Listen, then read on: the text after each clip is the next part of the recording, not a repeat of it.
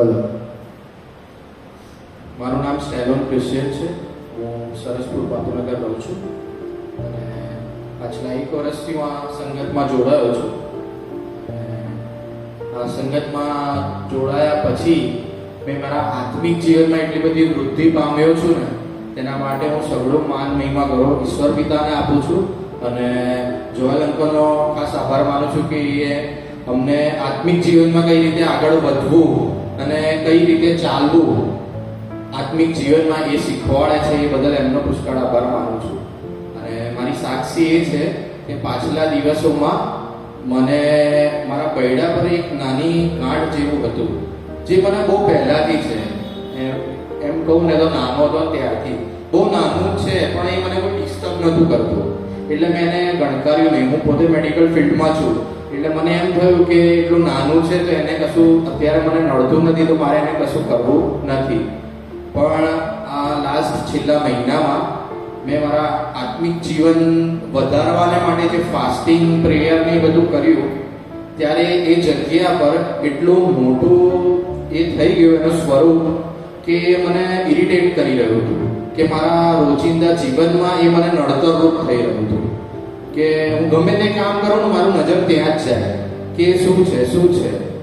અને એ પછી મને બહુ મોટું થઈ ગયું, મને તકલીફ પડી, મારાથી રહેવાયું નહીં. એ પછી અને આ વસ્તુ સેમ આ જગ્યાએ જ આ અહીંયા હતું ને ત્યાં બહુ મોટું હતું. અને મારા પપ્પા અને મારા મામાને બી આ વસ્તુ સેમ હતી. એટલે એ પછી અમે રવિવારે આવ્યા અને જોયલ અંકલને મેં બતાવ્યું અને જોયલ અંકલે એના માટે પ્રેયર કરી.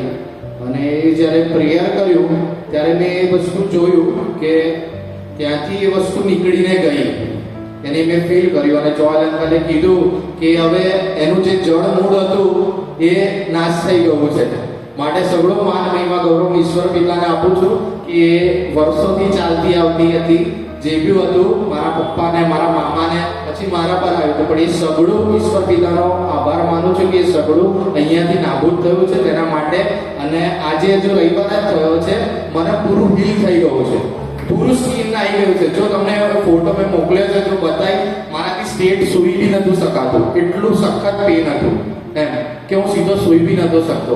પણ એ દિવસ જે રવિવારે પ્રાર્થના કરી એના બીજા દિવસે રાત્રે સોમવારે સવારે બધું નીકળી ગયું હતું.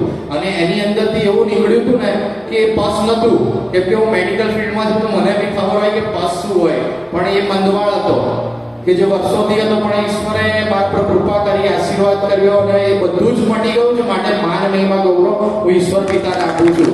અને મેં દવાખાનાઓ પર વિશ્વાસ નહીં, પણ મારા ઈશ્વર પર વિશ્વાસ રાખ્યો છે અને એનાથી મને સાજાપણું મળ્યું છે. માટે હું ઈશ્વર પિતાનો આભાર માનું છું. Thank you very much. અને જોયલ અંકલનો બહુ પુષ્કળ આભાર માનું છું કે મને આત્મિક જીવનમાં હાથ પકડીને ચલાવે છે અને મને બહુ સારી રીતે ગાઈડન્સ આપે છે. એના માટે હું જોયલ અંકલનો બી આભાર માનું છું. Thank you very much.